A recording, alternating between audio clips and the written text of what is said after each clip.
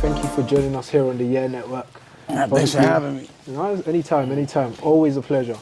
Um, obviously, it's been 14 years since you've been in the UK. So what was the distance? What made you stay away so long? Well, number one, they took my passport for a little while on some bullshit. And number two, there was COVID. Yeah. And then number three, I was creatively working on making tangible things. I didn't want to just come out here with nothing. Yeah. I hate to hear people talking and ain't doing shit. Or talk about what they did so long ago, or they're not doing nothing now. Sustainability and being active and being consistent, that's important to me. Yeah. And I've decided to be an artist, a starving artist, which means I pay for all the things that I create. And I create a lot of things. So I take pride in being sustainable and being able to have tangible things to market and to monetize that are done and made by me.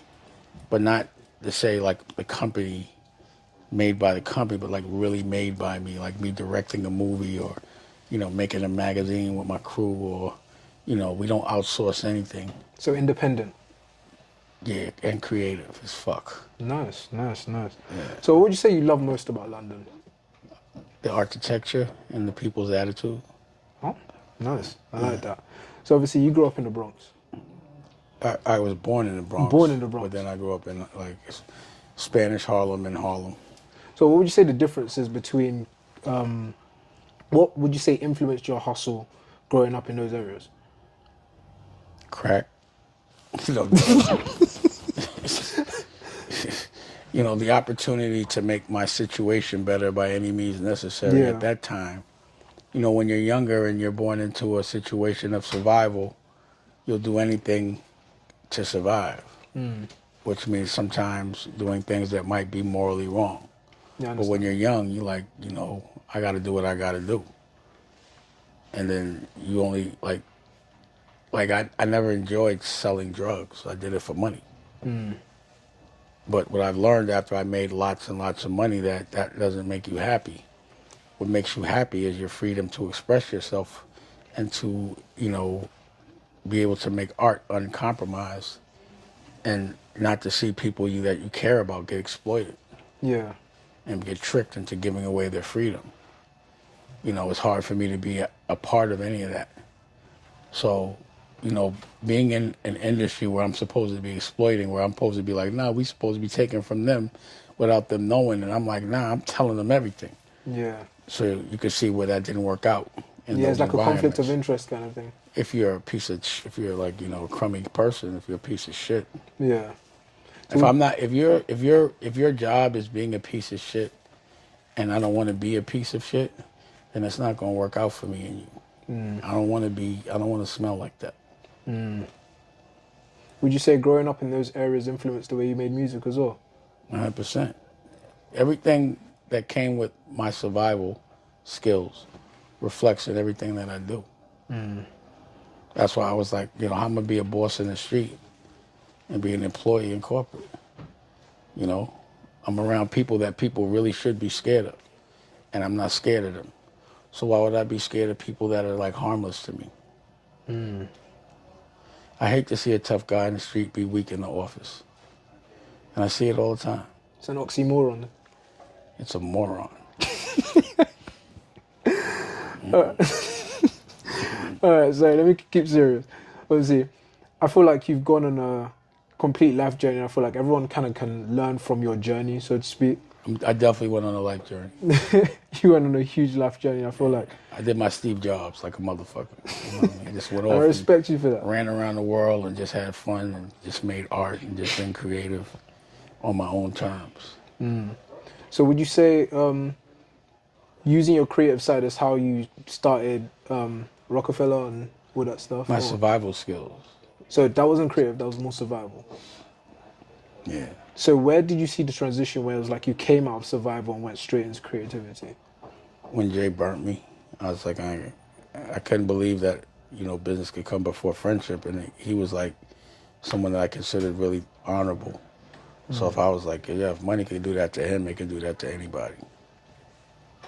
And I didn't want it to happen to me. Yeah. It's like everybody has this thing where they'll compromise or they'll scumbag you. But there's always a dollar. So somebody might get at you and cross you for $1 million because they never had 100, which is short. And some people will tolerate you past that 1 million, but they'll get you for that 20.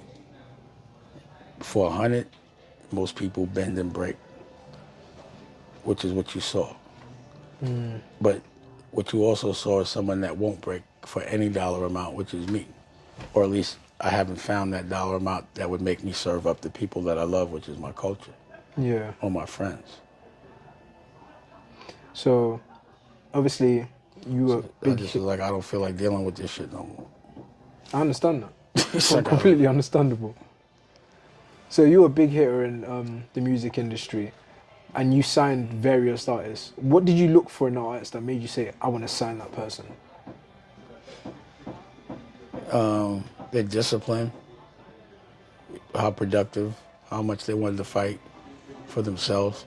Yeah, The one thing I'm not going to do is fight harder for someone than they do for themselves, facts. you know.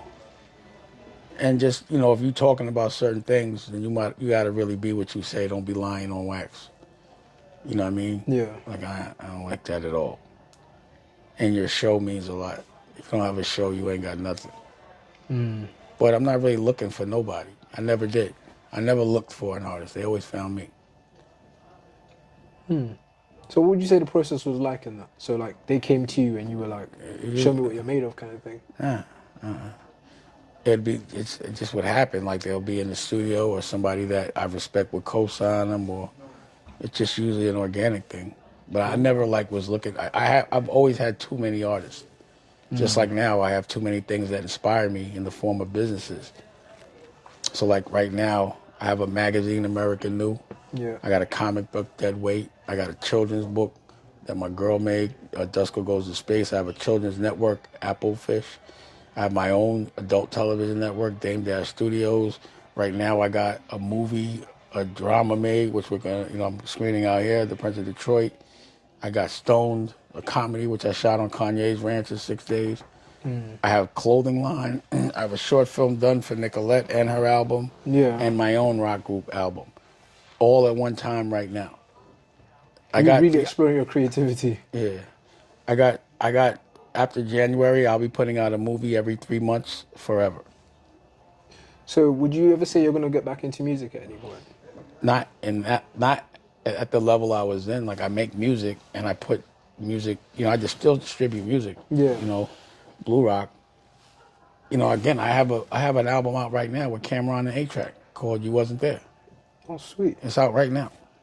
So I still put music out. It's just not my thing. It's not the old Dame Dash where I'm going to be fighting so hard for other people and making money. I don't like pay the bills. No bills get paid for music right now. I don't depend on that. But at some point they do yield. But my thing is more like I like to make vinyl. I like to make classics. Something might not crack now. It might crack in 5 years. Yeah. Shit like that. But I do like to see artists like a Nicolette who's current. That's her dream to be an artist. So watching her make her own dream come true, I'll facilitate that by letting her hustle on my block. Yeah. Because her work is good and she's helped me build the block. You know what I mean? Yeah. So you touched on Prince of Detroit. Huge, huge, huge drama coming out. Pause. Made you want to like pick that out of all the parts of American history? What made you want to single that out and say, I'm going to make a drama about that? Because that's a huge part of American history. That has so many emotions, so many, it's touched so many people's lives in America. Well, the story is about someone that's living, my man Tommy Duncan. So it's a true story. it's a true story. It's his story. And, I met him. He became a friend. He was doing ads on Dame Dash Studios. He wanted to make a movie. And I said, I'm down, Even though I didn't expect it to take so long to edit. I've been editing that motherfucker for a year. Word. That shit took a lot of my time. But it reflects in the work. Yeah. But I did like the story. I wanted to do something different. People used to be doing comedies or some gangster shit. And they hadn't seen me do a real drama yet. And I wanted to do that as a director. I like the story of black lineage, and you're right, Detroit is a big part of the DNA of America. And the characters out there in Detroit. So I had to study them for a long, long time. I know everything about Detroit now. And, it's a good movie. And it's not one. It's like I got the second one almost done. I got to shoot 4 more days. And then there'll probably be a third one. Because the Sweet. story is, it might be a TV show. What made you pick them to convey such a story? Like the emotions of that time. Columbus is a good actor, period. So the character that he's playing, that person's still alive. I got to study him. I got to get Columbus to minimally study him. But, Columbus could act. And Brittany is on The Young and the Restless, this soap opera out there. And based on the pictures and talking to Tommy and Tommy meeting with her, he really reminded him of his mother. So he cried on the set a lot over it. It was a very therapeutic thing for him because his mother had died. And even the clothes that they're wearing are actually the people's clothes that are, so it's really his mother's clothes. Yeah. The dude Harley that he plays, he's really wearing his old suits. You know what I mean? So to me, if I can make a movie about people that are still living, then I'm going to make a really good character piece. Even in Paid in Full, I didn't want Wood Harris to be the lead actor because he wasn't from Harlem and AZ was chubby, you know what I mean? But Wood Harris was skinny. So I was like, the trade was that I got Cameron because they wanted someone else to play his role. I got to keep Cameron, but he could play the role, but he had to study AZ for weeks, months. Wow. So when he finally got on set, he was AZ. So if you could actually look at someone's mannerisms, then you should be able to actually recreate them. Sweet. I noticed you've talked a lot on interviews about showing love to others. Would you say that that's helped you change your life around from where you were before? Or is it something that's always been with you? I always show love. That's the reason why I'm still here, and that's the reason why I have the success I have, because that's been my currency, whether that was conscious or unconscious. But now I think I still, like the test, if I will still care about people, is when people that I care about cross me. Will I still be that same person to other people? And I'm not going to ever dumb my energy down and stop loving because people don't know how to love. Yeah. So it keeps me very vulnerable, so I get frustrated when people I care about go left. And it happens often. Again, every time I catch somebody stealing from me, they accuse me of being a thief. This shit is crazy. It's crazy. I'm in court all the time over me catching you stealing and you running and saying that I did something. Like men, women, black and white turn into Karen. It's crazy. Would you say you're religious? I'm saying I'm spiritual. I like that. Would you say that governs how you live your life? My honor code governs, my soul. I noticed in one of your interviews you're talking about a scumbag level. Could you elaborate on that for me? Yeah, the scumbag level is, what you'll do for money, for that man-made currency that's not supported by anything tangible anymore. People make up currencies every day. But, for a certain amount, you'll say, fuck that. I'll give up a piece of me, a piece of my soul or my integrity for $1 so I could pay a bill. Yeah. But I've never done that, so I don't know how it feels. But I couldn't imagine doing something that I'm disgusted with for money, just for money. Yeah. Something that, compromises my moral principles and, the things that I stand on. For me not to be able to look at myself in the mirror when I'm alone or, be in the shower, because I think when I'm alone about what I've done and what I'm doing. If I think about doing something that's not fair, I don't even know. I don't even know what that thought process would be, being disappointed in myself for that. Yeah. You talked about currencies. So obviously, I know you do art. You're getting into NFTs. So would you say that the way digital currency is coming in, would you say it affects the way people hustle nowadays? The people that understand it. I think the language, at the Web3 space makes it where a lot of people from my culture, or even creative, are turned off. You know what I'm saying? Like, the monkey bothers me, you know, the board, the fact that the biggest piece of art in that space is a static, which is a piece that doesn't move, and it's a recreation of something that can be misinterpreted as racist Yeah. and triggering to our community. It might seem strategic to me. Racism is different these days. Very hidden. Yeah. So it's like you gotta troll you. So it's like, where's the joke? It's like nerds laughing at you behind your back, but because they're not, they don't have enough courage to say what they feel in front of you. So they make you a joke, but you don't know you're the joke And they're making money off it while laughing. while laughing, using us to promote it. And then, again, people that are triggered by it get turned off. They be like, I'm not fucking with nothing that got to do with a monkey. You know? Yeah. So you got into art. How does Dame Dash go from music to art? Music is art. And It is. It's just a different kind of vibration. But, there's art that's involved in every part of music. You got to do album covers, shit like that. But I'm just a creative guy. So if I'm good at music, and I got good taste there, I should have good taste everywhere. So I should be able to design. I should be able to, curate art, because I can't paint very well. But I keep creative people that can around me. I should be able to do all these things and showcase my point of view and turn them into business and business verticals that can be monetized as well. Yeah. You know what I mean? Yeah. So you're in music, well, kind of. You're in art, you're in film. Politics? I'm part of something called the Commission. And, Senator Eddie Milton, who's running for mayor, Congressman R.J. Carson. Yeah. All friends of yours? They were brothers. It's a brotherhood, sisterhood. Yeah.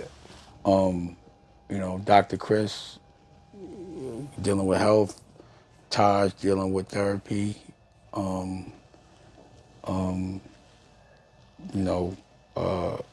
Dennis McKeezy, who's the head of the OSG, which is 200 principals from all around the world, from economically challenged neighborhoods that are working when no one's looking. And I'm able to teach the principals a class about entrepreneurship so they can teach it to the kids and the teachers. Sweet. Yeah, and the books that we make, that we write, they're always they go through the OSG to make sure they're connecting with the kids for the trajectory of their educational evolution. So they always teach well. We just, Melanie, she deals with the foster kids and gives them therapy. Yeah. As a culture, it's traumatizing, but a lot of times we don't recognize it, so we don't understand why we're overreacting to things or taking it out on our family. So if you love somebody, it's in the best interest to find out and fix what's wrong with you, because the only people that really listen to you when you're going through it are the people that care about you. Yeah. And they're the ones that really suffer. So you want to make sure if you don't care about how you feel, that the people around you that care about you, they're not going through it. So I always think it's good to have an objective opinion, someone that doesn't have a dog in the fight, to have some sort of, advice to give on how to move. But that's all part of the commission. Bishop Purnell as well, to deal with the history of religion, and Do It All, who just won city councilman, the first platinum artist to be an elected official. Oh, wow. Yeah. So for me, if I could leverage celebrity, it's important that we know how to vote, not even vote, that we know how to lobby and pass laws. Because that's something they don't teach in schools, and that's all that really matters when it comes to change, is passing laws. And also, you can make laws when you own the brick. So if you buy a building, you can make the laws in that building. Right. So we need to see what the world looks like when we're landlords, when we're not renters, when we make the rules and the laws, how the world will run. And I suspect it'll be a more fair world because it won't be run from fear. We rule with love because we're not scared. So do you see yourself in like as a senator one day? Nah, I smoke too much weed. I could do more when I could do what I want. Yeah, I understand that. I just rather support those that can't do what they want. I'll say the things they can't. Yeah. I'll give them the platforms. I'll be that's the purpose of having your own channel. You get people elected that way. You know what I mean? When you buy bricks in a certain neighborhood, the politicians come with those bricks because you need them, and you're helping them get elected. Sweet. Yeah. Alright, I'm gonna go off topic real quick. So, you've mentioned a couple times from all your interviews what it's like to be a king. Being a king is how you treat your woman, right? Yeah, you can't be a king unless you're a slave for a queen. Yeah. How did you develop that mindset? Just logic, you know. I mean, you could do so much for a dude, and they'll hate you for it. They always want to be you. They always resent you, no matter how much you give them. The one that crosses you is always your best friend. Trust me, I know. And a woman just won't do that to you if you treat them fairly.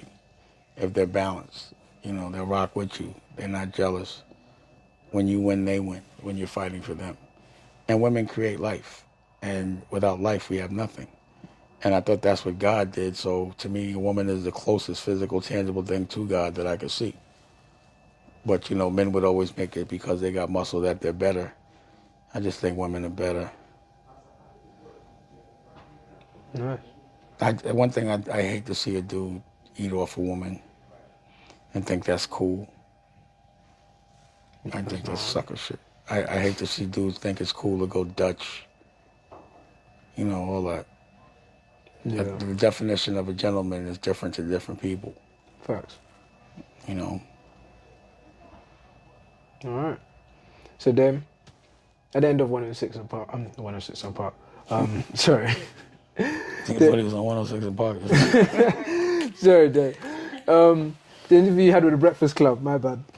You prophesied over some good stuff over their life. You said next time I come, you guys are going to be healthy and wealthy, and they were the next time you came. So I need you to do the same thing for us at the Year Network. And you say some good shit over our lives. So next time we see you, we'll be healthy and wealthy too. Yeah, you already seem pretty healthy. You know, the difference at that moment was they were acting like they didn't want that to learn and to teach.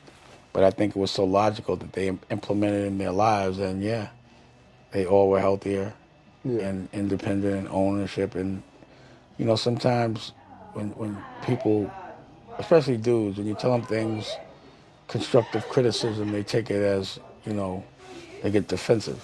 Yeah. But regardless of my tone, if you listen and you're smart, you'll know what I'm saying makes sense. Yeah.